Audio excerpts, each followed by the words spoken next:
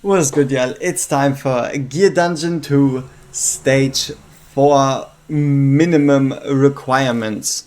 So yeah, this fight really is something else. Let's talk about the team, potential replacements, and such like that.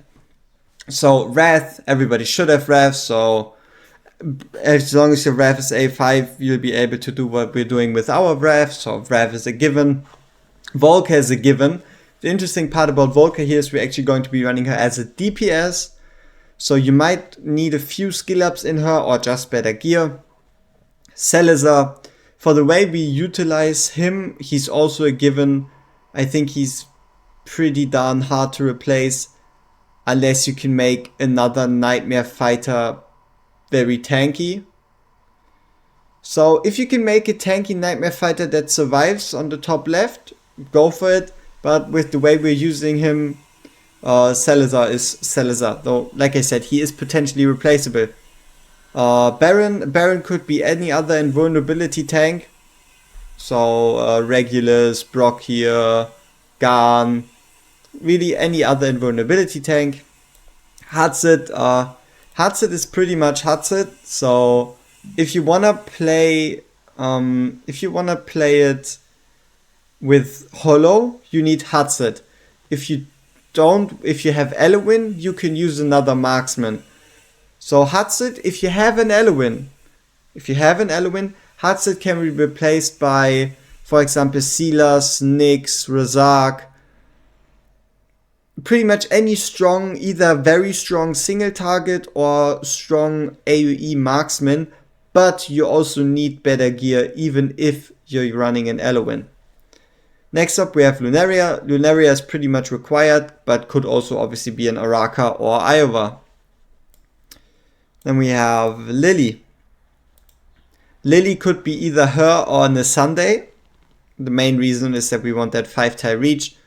Though I guess you could also run someone fancy like Eunomia or Ezrin, but I recommend just running in Lily on a Sunday. Titus. Titus is fancy, which is the reason why I'm running him, but I'm pretty certain you can replace him with another invulnerability tank. So in total you need 2 invulnerability tanks, Hollow being Hollow, and Zilitu. With the way we're playing this and with the gear requirements, you do want her to be a Zilitu, but if you have higher gear, you can definitely, and especially if you're running an Elwyn, can make any magic fighter work that has a 3-tile range. So for example, Scorch, I guess if you give him godly gear, Scorch could work. You could make a Valkyria work or a Thelen. So yeah, out of those 4, I guess, would be your choices. So let's talk about the gear. As you've already seen in the thumbnail, we are not running any sets, but the stats are pretty decent. So for example, Wrath, we have 200% attack, 250 attack speed, 108% crit damage. He doesn't need to be as good. You're going to see in the fight what he needs to accomplish, and that isn't as hard. So his stats don't necessarily need to be as good. Or if your stats aren't as good, just give him a set and you're good to go. Volker, you really don't want to go lower than those stats with your Volker. So we have 200% attack, around 200 attack speed, getting closer to 100% crit rate, and then 120% crit damage. Artifact wise, we're running a Wailing Skull.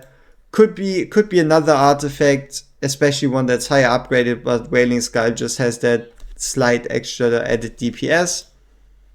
Salazar. So for Salazar, we're running again around 220-230% attack speed, above 200 above 200 attack speed, closer to 100% crit rate, and then 186% crit damage. So you really do want to give your Salazar pretty good gear if you can. Salazar is one of the most crucial that needs gear, at least for the way we're using him. Then Baron, we're running with pretty good tank set, so close to 100% defense, really high HP, and then a full set, but it doesn't need to be like this. You could also give him a Guardian set or a Broken set. And artifact wise, it doesn't even need to be a Bastion Ring. It could also be a tuning crystal probably, to give him some extra healing. But yeah, Bastion Ring is fine, though it's not as important. You just need some good tank stats on your Baron.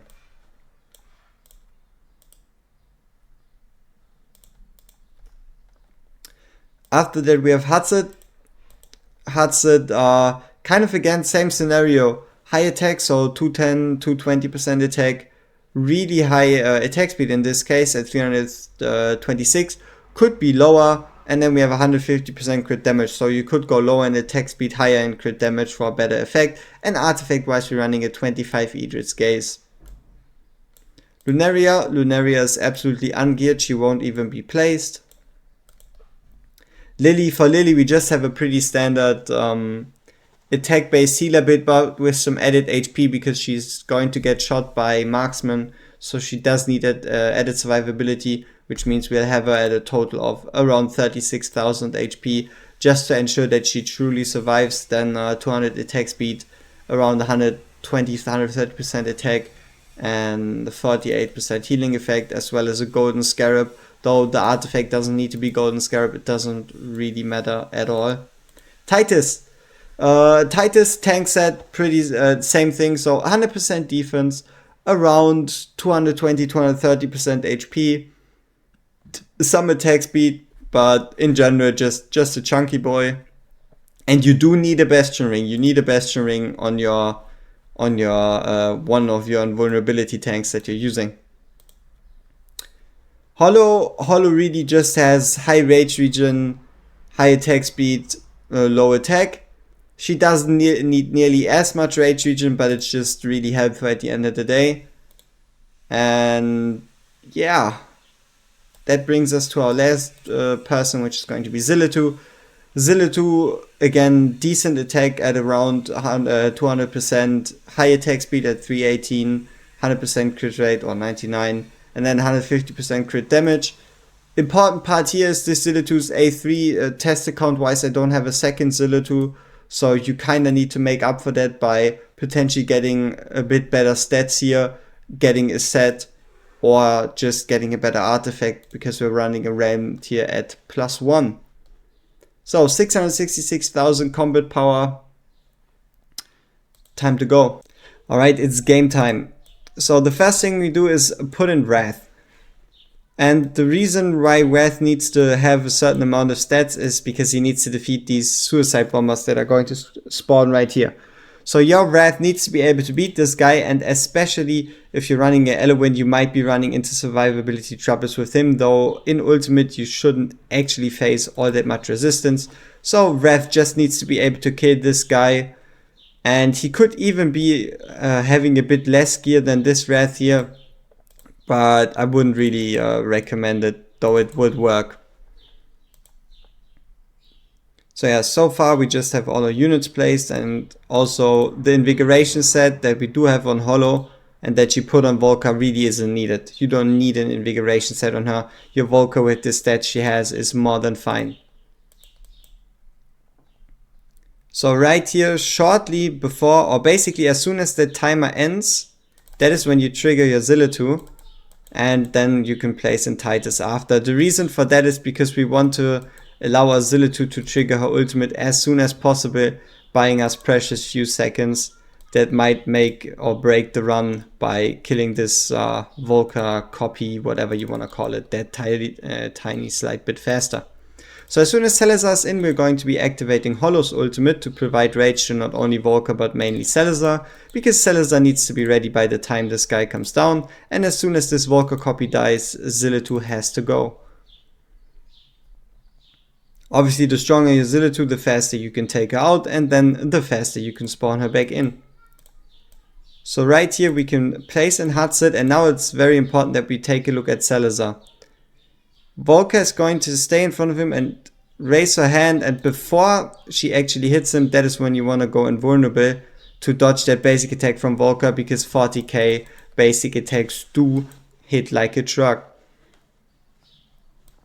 So yeah, that is how we're going to evade the attack from Volker.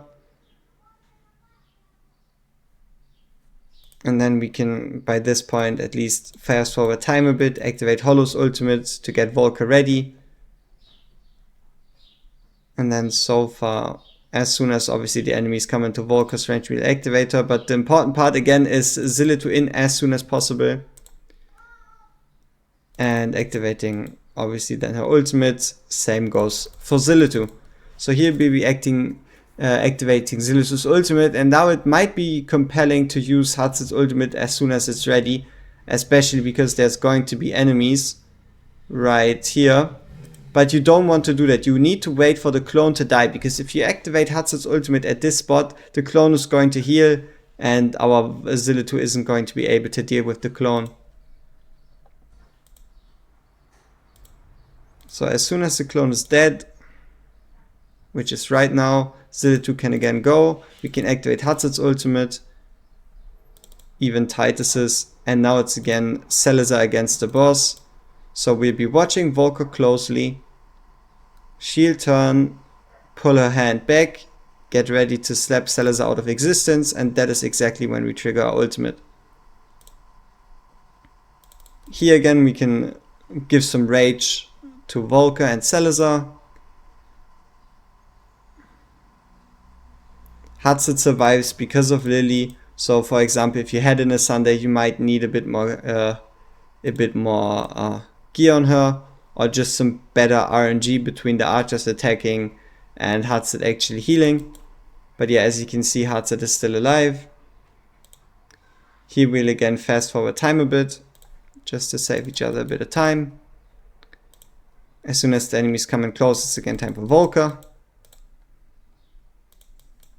And then, you already guessed it, we are going to be bringing in Zillitu as soon as possible.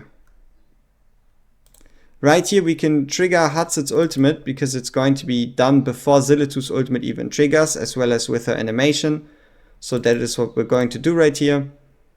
And then we'll again activate Hollow, just so we have our ability for Volker up faster.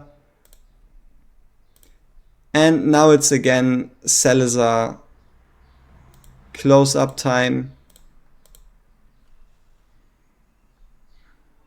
Volker again spins, pulls her hand back, and that's when you want to ult.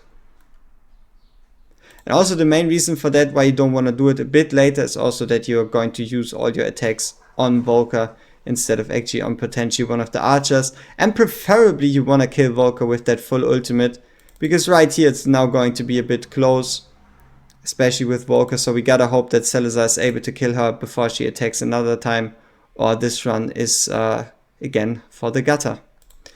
There we go. Volker's clone is also dead, which means we can at this point pull Hatzit.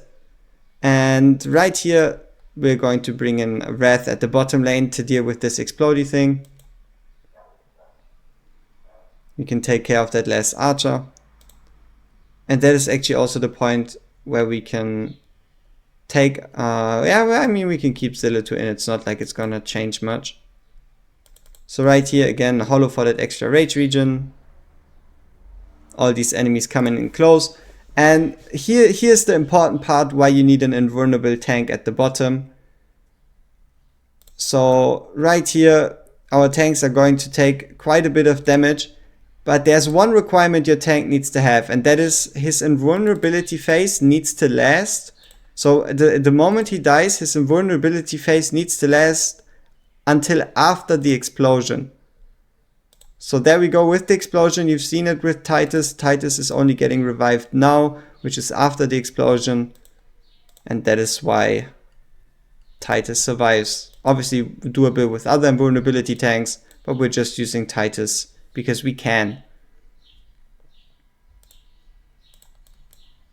Alright, so right here we'll actually be bringing in Hatzit to help out Salazar. Again, same timing. Wait for her to pull her hand back. Activate Salazar's ultimate, activate Hatzit's ultimate. Because here we have this bloodbath, and this bloodbath is going to damage Salazar, and there is a chance that your Salazar dies there, so that's why we have support Hatzit. So there we go. And I find the top lane super funny, because what is going to happen is we're not going to be able to beat the Volker. Volker is just going to suicidally explode. Yep, and at least Baron is alive. But this also shows that you don't necessarily need an invulnerability tank, because Baron could have died and no one would have been able to run through to the finish line anyway. So right here we can activate Volker's ultimate, we can also bring in Wrath, and these are the last few enemies we actually need to clear. And here we go, 3-star clear, stage Gear Dungeon 5, stage 4. Yeah. So for the moment, this is as low as I can go, requirement wise. I hope you enjoyed this guide. If you did, feel free to leave a like, leave a comment, and subscribe if you haven't yet. And we see each other in the next one.